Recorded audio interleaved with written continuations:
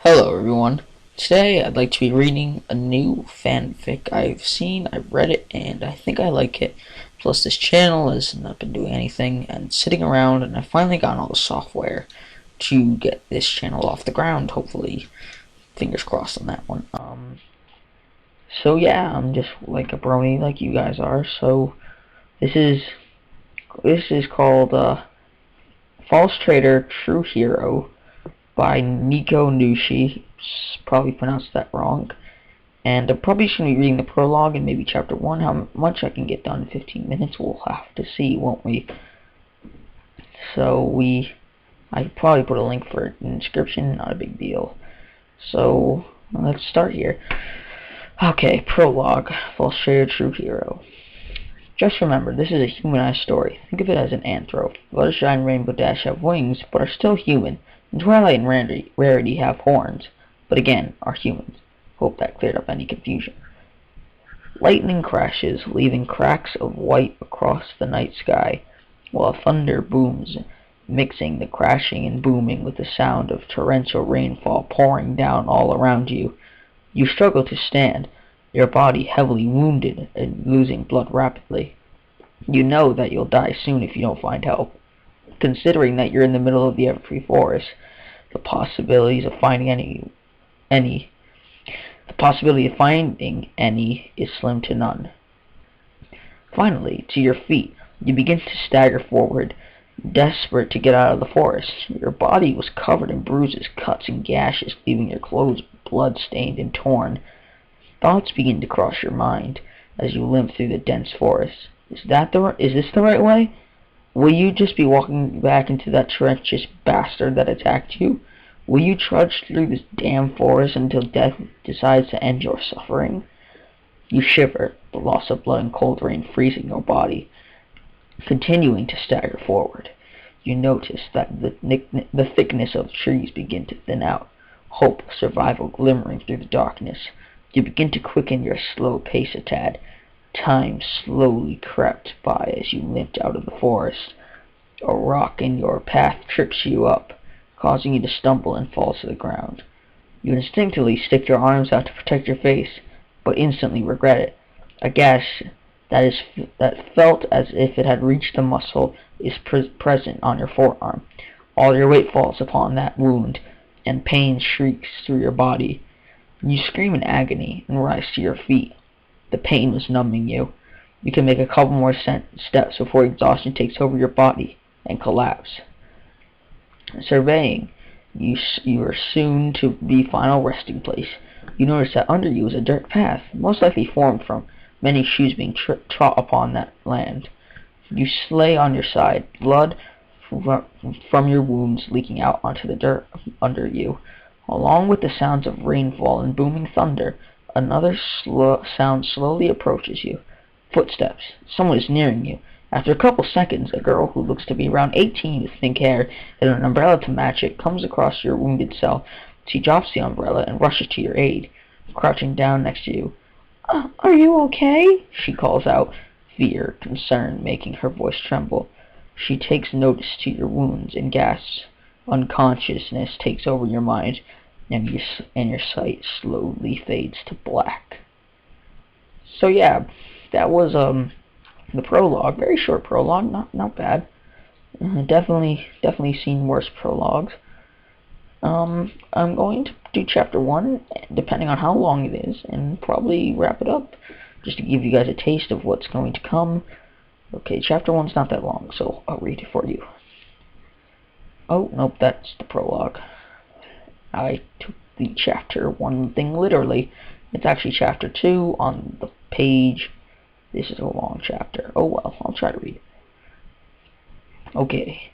Footsteps echo through the castle's hall as terror sprints past guards and other inhabitants of King Caesar's CZAR apostrophe S's. So when I say Czars or Caesar's small palace, she reaches his quarters and barges through the double doors. King Caesar, a tall, gray-haired, aging ruler with his horn glistering in the candle, jumps to surprise in his chair. "Caesar, sir, Broad has gone missing. Is he all right?" "I don't know. I hope so. He was in pretty bad shape when I found him, though. Worried voices are spoken all around you. You are lying in something soft, and you feel very warm. The smell of animals, not pungent odor, but the pleasant sense of nature, lingers in the air. Curiosity as to where you are. You crack open one eye, then the other. You are laying in a twin-sized bed, and 6 people are surrounding you, staring at you. They're all girls, except each one looking to be fairly young. A mature-looking purple-haired girl speaks up. "Look, he's up!" "Are you alright, Sugar Cube?" another girl asks. She has a heavy Southern Belle accent, and I can't do any accents, so good luck with that. And wears a cowboy hat, and has a simple white t-shirt and jeans. She has long braided hair, and a splash of freckles on each cheek. You went out for almost the entire night. You're afraid you'd never wake up," adds a small, bookish girl with long, straight, dark hair, one with purple highlights. She is clad in purple, a purple blouse, purple pants, and a catty-cornered purple belt, and has a purple horn, reflecting light. That's a lot of purple. Reflecting light from a fireplace somewhere out of view. I guess. You speak up, your voice cracked and dry. "Hold on, let me get you some water," a rainbow-haired girl said as she left the bedside. Your eyes follow her until she passes behind one of those girls who was a couple steps back from the rest. She had long, light pink hair that obscured her face a bit, as if she was hiding behind it. When you look at her, she blushes and looks down, studying the floor. "Forgive her. She's just really shy," said the mature-looking girl. She also has a horn, not as magnificent as the bookish-looking one's horn. What happened?" you manage to utter. The bookish one steps closer to you and explains. "Fluttershy, the girl over there," she points to the pink-haired, blushing girl, "found you on the path that leads to the cottage here. You were badly injured, a couple of hits to the head and a lot of gashes and cuts on your chest and arms." She points to your right arm. "That one is really bad. It reached a muscle. You were lucky I could repair it as well as I did." You look at your arm and look back at her. "You fixed me? You're a doctor?" She shakes her head. "I'm not. I'm just really skilled at a lot of magic. Tomorrow we'll get a real doctor over here. In the meantime, you'll just have to rest here." The rainbow-haired girl comes back with the glass of water. "Here you go. Sit up so you won't spill it." You sit up as she hands you the glass. You bring it to your lips and take a sip. It's amazing. The water cleanses out any dryness in your throat. You gulp down the rest of it as if you haven't had a drink in years. The hyper-looking girl with the poofy pink hair to your left finally spoke. "Hi, I'm Pinkie Pie. We could just call me Pinkie." Her hyper-aurora is cute. Dangerously close to adorable. "That's Rarity." She points to the mature-looking girl. "That's Twilight Sparkle, but everyone just calls her Twilight." She points to the purple, obsessed bookish girl and she waves modestly. "That's Applejack." She gestures over to the Southern Belle girl to her right. "That's Rainbow Dash, but most people just call her Dash." She points to the rainbow-haired girl that just handed you the glass of water, and she replies, "I'm the most coolest, badass Pegasus you'll ever meet." Pinkie points over to Fluttershy and chimes in, "And as Twilight said earlier, that's Fluttershy. She's really shy, so please be patient with her. She means no harm." Fluttershy blushed a dark pink and said softly, "Oh no, I couldn't harm anything. What except that one time. I didn't mean it." She hides her face behind a rosy pink curl and blushes deep red. You can't help but smile at her shyness. It's very adorable, but you get rid of the smile because you look kind of creepy staring at her with that grin on your face. "What's your name?" Pinkie asked, tilting her head slightly like a dog. "Excuse me." You open your mouth to say something, but you stop. But you stop. The hell? Your name doesn't come to your head. You try to remember your name, but to no avail. Come to think of it, you can't remember a thing, not your age, height, not a single thing. There was a silence, and everyone looked at you, concern in their eyes. Finally, you say it. I don't know." "Well, what?" Aaron asks. "How can you not know your own name?" It's not that. I just can't remember anything." Won't this be difficult?" Charlotte said, lowering her head. I'm sorry, he stammered out. You feel bad for the inconvenience of people who saved your life. No, don't feel sorry, Twilight says. It's not your fault you're developing amnesia. I guess one of the knocks to your head hit hard enough to cause brain damage. A thought rises to your head. Isn't something too permanent, but it's been bothering you. So you found me cut up a lot, right? Fluttershy lowers his head and blushes. So Twilight takes the liberty of answering your question. Yes, why? Well, if my chest was as diced as you say, then how come my clothes are in one piece? You're wearing the same plain baggy white t-shirt and sweatshirt that are quite intact.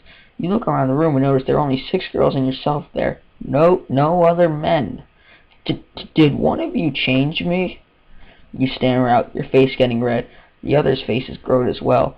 This isn't looking too well for you. You didn't see anything, did you? Fluttershy squeaks and hides into her face, which is bright red, with her hands. Applejack, not a shade lighter than Fluttershy's blush, is scratching the back of her neck and chuckling nervously. Dash is staring at the ground, blushing as well, and kicking the ground lightly. Twilight and Rarity glance at each other, and then Pinkie Pie, bless her, breaks the silence. Are you kidding? Of course we saw it, she chirps in, not embarrassed in the slightest. Sounds about right. What? You shout out, blushing deep red in your covers. You feel as if all sense of privacy was out the window right there. Pinkie! Everyone shouts in her in unison. Fluttershy got even redder and looked like she was about to faint. What? What? She said innocently. You weren't supposed to say anything! Dash yells at her. She noticed you were staring at her in shock, and she begins to stutter something illegible. Well, you're at a loss of words. All your embarrassment cold sealed into a physical entity and had a death grip on your vocal cords. A couple hours later, everyone had calmed down, and Twilight stands and stretches. I'd better go. Spike's probably worried. I've been gone for a while. Bye, She pauses. You okay? You ask in concern. Yeah, I don't know what to call you. Maybe if we wait a while, he'll remember, Rarity says. Yeah, maybe, you say. Out of nowhere, you yawn, feeling the exhaustion sip back into your bones. You should get some rest. You'll need it. You should get some rest. You'll need it. Nah, I'm fine. You slink under the covers and close your eyes. Applejack chuckles. What did I tell you? Well, I'll be heading out now. Bye, Fluttershy. You hear her say as she walks out. A pause. You guess everyone wave, and then you hear Jess speak up. Well, I'll be going too. Bye, stranger, she says to you as you hear her walk away. You mutter up bye before she leaves. Only Pinkie, Fluttershy, and Rarity are left. And that is until Rarity says her goodbyes and leaves. Well, I guess we'll just, her voice fades as her consciousness does the same. So I think I'll end it here. I don't have time. Thank you all for watching. Subscribe, because I'm probably gonna, God bless, if I do 2 chapters a day, I should be done with this soon, because 27 chapters, for Christ's sake. That's about 15 minutes of, like, really, if I stretch it out, that's a good 15 minutes. So thank you for watching. Subscribe. You know, I hope I don't have to resort to advertising, but hopefully it won't come down to that. You know, tell your friends and everything, and I'll definitely be back with more of this, because I haven't actually seen any other readings of this. And I was really tempted to look for some, but I couldn't find any. So see ya.